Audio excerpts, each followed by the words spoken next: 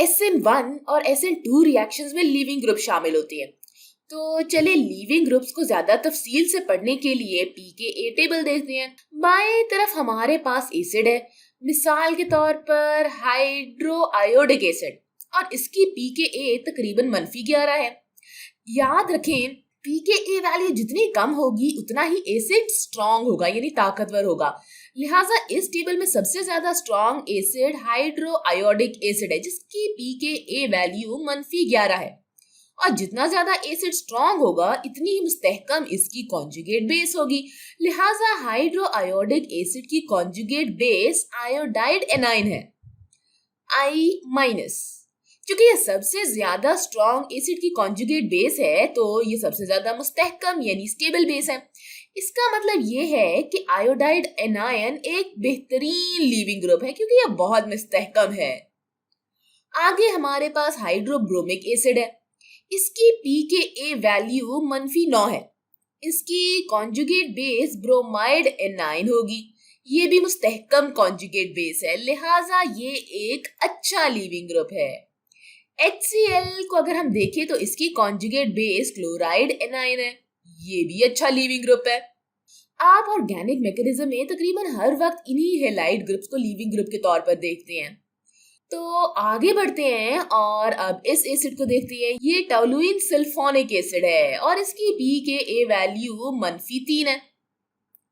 अभी भी ये एसिडिक ही है। इसकी कॉन्जुगेट बेस ये दाईं तरफ है और हम इस एनाइन को टॉसिलेट ग्रुप कहते हैं। ये एक बल्कि यानी बड़ा भारी किस्म का ग्रुप है, इसलिए इसको बनाने की बजाय आपने अक्सर OTS लिखा देखा होगा। ये इस तरह ऑक्सीजन के ऊपर नेगेटिव चार्ज है। तो आपने टॉसिलेट ग्रुप को बहुत से रिएक्शंस में लीविंग ग्रुप के तौर पर काम करता देखा होगा। चले अब किसी और एसिड की मिसाल देखते हैं। तो ये हाइड्रोनियम आयन है। इसकी pKa वैल्यू -2 है। इसकी कॉन्जुगेट बेस H2O होती है, यानी पानी, और पानी भी एक अच्छा लीविंग ग्रुप है। आपने गौर किया होगा कि हमने जितने भी एसिड की बात की है इनकी नेगेटिव pKa वैल्यूज हैं। ये -11, -9, -7, -3 और -2। और ये भी गौर करें कि जितनी भी कॉन्जुगेट बेसिस हैं सब अच्छी लीविंग ग्रुप्स हैं। लिहाजा आप कह सकते हैं कि अगर एसिड की pKa वैल्यू नेगेटिव होगी तो कॉन्जुगेट बेस अच्छा लीविंग ग्रुप होगा। चले अब एसिड की एक और मिसाल देखते हैं।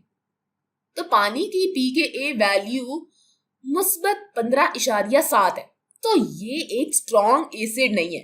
और पानी की conjugate base hydro oxide anion ये OH- है और ये एक बुरा लीविंग ग्रुप है। और इसकी वजह ये है कि पानी स्ट्रॉन्ग एसिड है और इसकी pKa वैल्यू भी पॉजिटिव है, यानी +15.7। अगर हम एथेनॉल को देखें तो यहाँ भी वही कहानी है। एथेनॉल की pKa वैल्यू +16 है, लिहाजा एथॉक्साइड एनाइन एक अच्छा लीविंग ग्रुप नहीं है। ये pKa वैल्यूज पॉजिटिव है, लिहाजा कॉन्जुगेट बेस ज्यादा मुस्तहकम नहीं है। मतलब ये कि ये बुरे लीविंग ग्रुप्स हैं। दोनों रिएक्शंस को यानी SN1 और SN2 रिएक्शंस को अच्छे लीविंग ग्रुप्स की जरूरत होती है। चले टर्ड ब्यूटाइल क्लोराइड देखते हैं। तो कह लेते हैं कि ये SN1 मैकेनिज्म के जरिए रिएक्ट कर रहा है। तो पहले मरहले में लीविंग ग्रुप को खोना होगा। ये इलेक्ट्रॉन्स क्लोरीन पर आएंगे। हमारे पास क्लोराइड एनाइन बन जाएगा जिस पर -1 फॉर्मल चार्ज है। अभी हमने अपने pKa टेबल में देखा था कि क्लोराइड आयन एक मुस्तहकम कॉन्जुगेट बेस है, इसीलिए ये एक अच्छा लीविंग ग्रुप है। जैसा कि हमने इस कार्बन से बॉन्ड लिया तो अब कार्बन पर +1 फॉर्मल चार्ज आ जाएगा। हमारे पास टर्शरी कार्बोकैटायन भी बन गया है। ये SN1 मैकेनिज्म का रेट डिटरमिनिंग स्टेप है और इस स्टेबल एनाइन की वजह से हमारा SN मैकेनिज्म हुआ है। आगे बढ़ते हैं और इस अल्कोहल को देखते हैं। इसमें भी हम अगर पिछली ही प्रॉब्लम की तरह चलें तो सबसे पहले लीविंग ग्रुप को खोना होगा। ये इलेक्ट्रॉन्स ऑक्सीजन पर आएंगे और हमारे पास लीविंग ग्रुप हाइड्रोक्साइड आयन होगा। और हम अपने pKa टेबल से जानते हैं कि ये एक अच्छा लीविंग ग्रुप नहीं है, लिहाजा हाइड्रोक्साइड आयन क्लोराइड आयन की तरह मुस्तहकम नहीं है। क्लोराइड एनाइन एक अच्छा लीविंग ग्रुप है और हाइड्रो ऑक्साइड एक बुरा लीविंग ग्रुप है। लिहाजा इस मैकेनिज्म का ये पहला मरहला नहीं है। हमें एक बेहतर लीविंग ग्रुप को बनाने की जरूरत है और आप ऐसा कर सकते हैं अगर आपके पास प्रोटॉन हो।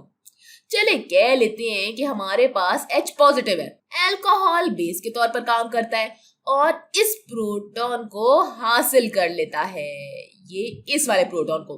तो इसका नतीजा बनाते हैं। हमने रिंग बनाई, मिथाइल ग्रुप लिखा। अब ऑक्सीजन के पास एक की बजाय दो हाइड्रोजन है। ऑक्सीजन के ऊपर अभी भी इलेक्ट्रॉन्स का लोन पेयर है, जिससे ऑक्सीजन पर +1 फॉर्मल चार्ज आ जाता है। अब हम लीविंग ग्रुप को खोने के लिए तैयार हैं। अगर ये इलेक्ट्रॉन्स ऑक्सीजन पर आ जाते हैं तो हमारे पास वाटर लीविंग ग्रुप होगा। और हम अपने पीके टेबल से भला क्या जानते हैं? हम जानते हैं कि वाटर एक अच्छा लीविंग ग्रुप है और जैसा कि हम इस कार्बन से बॉन्ड को दूर लेकर जा रहे हैं तो इस पर +1 फॉर्मल चार्ज आ जाएगा और हमारे पास टर्शरी कार्बोकेटाइन बन जाएगा। लिहाजा आप pKa वैल्यू से कॉन्जुगेट बेस की स्टेबिलिटी तय कर सकते हैं और ये भी देख सकते हैं कि लीविंग ग्रुप एक अच्छा लीविंग ग्रुप है या बुरा लीविंग ग्रुप है।